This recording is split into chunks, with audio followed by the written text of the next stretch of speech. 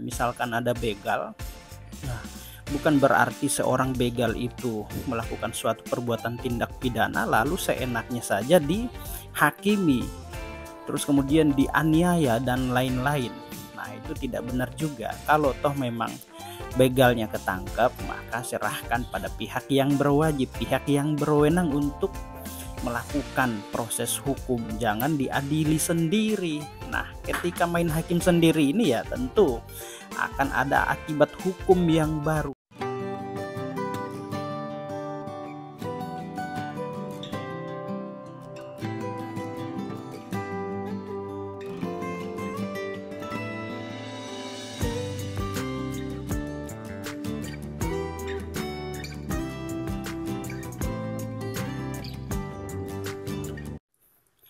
Assalamualaikum warahmatullahi wabarakatuh, teman-teman. Apa kabar semua? Sehat selalu ya, amin.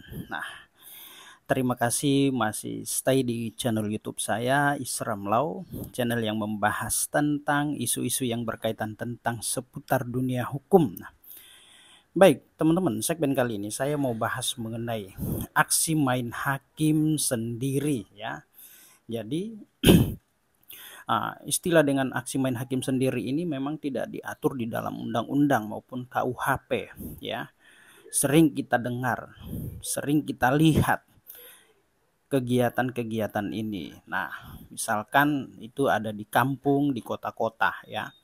Tetapi aksi ini merupakan perbuatan tindakan yang melawan hukum ya. Nah, aksi ini dilakukan tanpa memperhatikan hukum yang ada. Nah, biasanya seolah-olah itu membela kepentingan korban, membela korban. Nah, contoh misalkan ada kasus begal, terus kemudian pada saat si korbannya teriak, tiba-tiba dia memanggil masyarakat warga sekitar.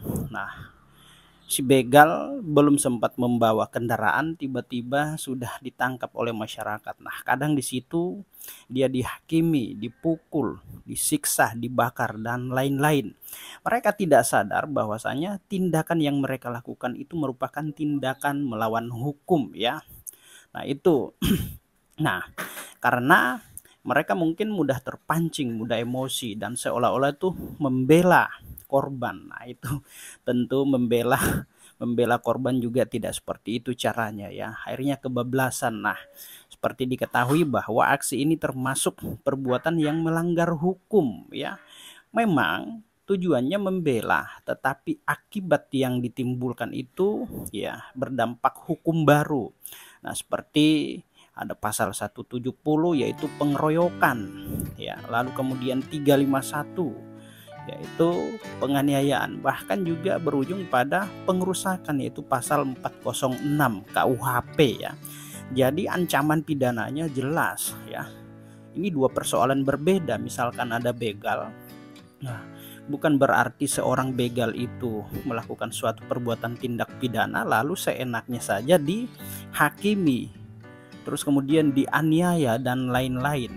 Nah, itu tidak benar juga. Kalau toh memang begalnya ketangkap, maka serahkan pada pihak yang berwajib, pihak yang berwenang untuk melakukan proses hukum, jangan diadili sendiri. Nah, ketika main hakim sendiri ini ya tentu akan ada akibat hukum yang baru seperti yang saya sampaikan tadi, melanggar pasal 170 KUHP, 351 KUHP, 406 KUHP. Ancaman pidananya itu ya bisa 5 tahun maksimal teman-teman ya, kira-kira seperti itu. Oke, demikian. Assalamualaikum warahmatullahi wabarakatuh.